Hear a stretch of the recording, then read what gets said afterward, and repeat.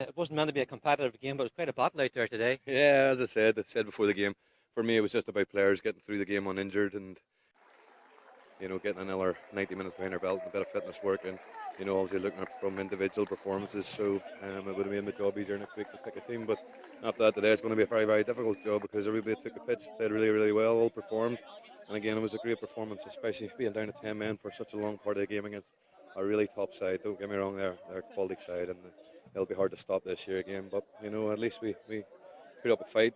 Tuppers has kept us in it a couple of times, but then so have we've had a few efforts as well. So but I was pleased for the boys. I was delighted. I was delighted with the 60 minutes that I got from Paddy, and I was delighted for wee JJ to come on as a 16-year-old and score a goal. It's brilliant, brilliant for him, and it's something that he'll always remember and always treasure. And now he has to get the head down and work hard because he's definitely got a chance. He's only 16 years of age, and in another couple of years he could be a top player. And you had to do it, as you say, with 10 men. Mark, sacrificing and making the challenge, you had to get the red. Yeah, Mark knows he was silly. It was a stupid challenge. He could suck the ball, and in that situation he could drop back and make himself hard to beat. He drew the ball. The boys went past him, and then he still stupidly taking him down, and left us with 10 men. But again, it's probably even better for the boys fitness wise for the preseason. To play with 10 men against a top team like that for so long. But today wasn't about the players. It was about the hospice and obviously raising money for the hospice. I have to pay credit to the Crusaders players for staying out at the end to clap them and obviously show a bit of courtesy towards the presentation of the trophy. But I'm disappointed that the manager couldn't do that himself. He's used to winning probably too much these days, so he probably thought he was above that, and I'm disappointed. Well, Stephen, first of all, your assessment of today's game.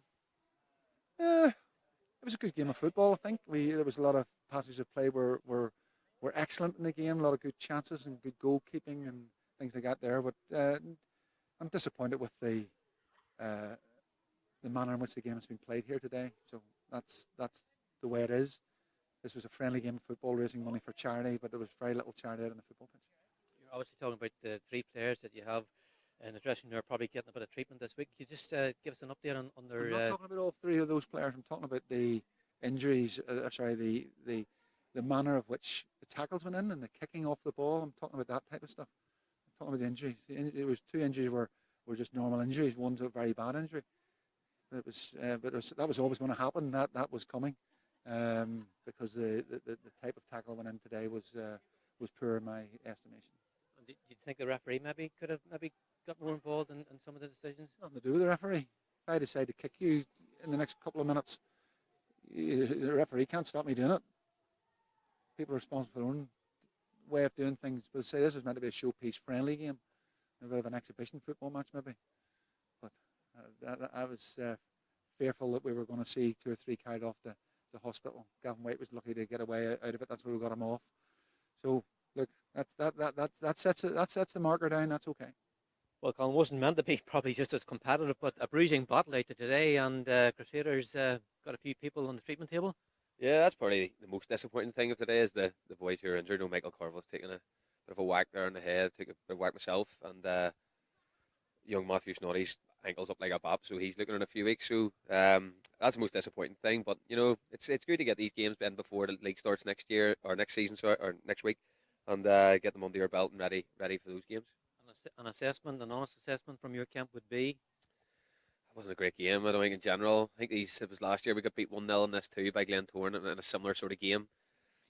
It was really about the manager getting some minutes on the belt of players. I don't think the result overly mattered. The injuries, like I say, are the most disappointing part. But it's all about next week now. This was a game that was played and really a good cause. Raising money for charity. Obviously, it's a great cause, and we're glad to be a part of it. But glad it's done now, out of the way, and we're looking forward to next week. Were you just disappointed you didn't make the extra man count? Sometimes it can go against you when you go down to 10 men. The other team galvanises them, and you maybe slow up a wee bit in terms of not moving the ball as quickly as you can, and the game becomes a wee bit of a funny game. It can be difficult to play against 10 men, and today it probably was. And we probably didn't work the ball quickly enough, and the good areas. The pitch was quite slow, the grass was quite long. It was a bit slow, so it didn't really suit us. And it was just one of those ones. I think if it would have got the first goal today, we probably would have went on and scored a couple, but it wasn't meant to be today. And fair play to Glenavon, they dug in with 10 men and worked hard.